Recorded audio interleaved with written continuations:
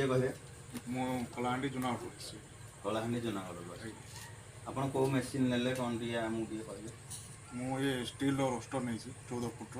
ଆଜ୍ଞା ଏଇଟା ମୁଢ଼ି ବନେଇବା ପାଇଁ। ଆଜ୍ଞା ଆମର ସାର୍ ଆସିଛନ୍ତି କଳାହାଣ୍ଡି ଜୁନାଗଡ଼ରୁ ଆମର ଏସ୍ଏସ୍ର ଗୋଟେ 14 ଫୁଟିଆ ରୋଷ୍ଟର ନେଇଛନ୍ତି। ଆଉ ସାର୍ଙ୍କୁ ଟିକେ ପଚାରିବା ଏଇଠି କ'ଣ କେମିତି ମିଳିଲା, ସାର୍ କେମିତି କ'ଣ ଯୋଗାଯୋଗ କଲେ ସାର୍ଙ୍କଠୁ ଟିକେ ବୁଝିବା। ସାର୍ ଟିକେ କହିବେ ଆପଣ ଏଇଠି କ'ଣ କେମିତି ମିଳିଲା ଆଉ କେମିତି କ'ଣ ଯୋଗାଯୋଗ କଲେ ଆମକୁ ଟିକେ କହିବେ।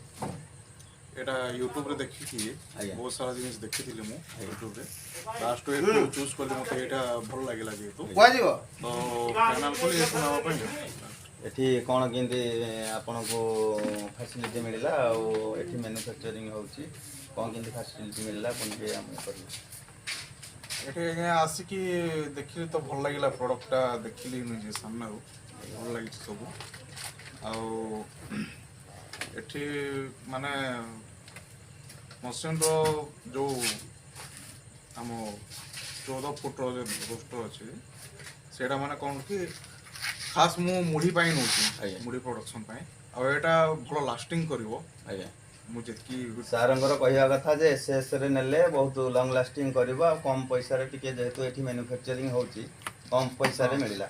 ଏଇଆ ତ ସାର୍? ଆଜ୍ଞା ଠିକ୍ ଅଛି ଠିକ୍। ଠିକ୍ ଅଛି ସାର୍। ଆଜ୍ଞା ଧନ୍ୟବାଦ, ନମସ୍କାର।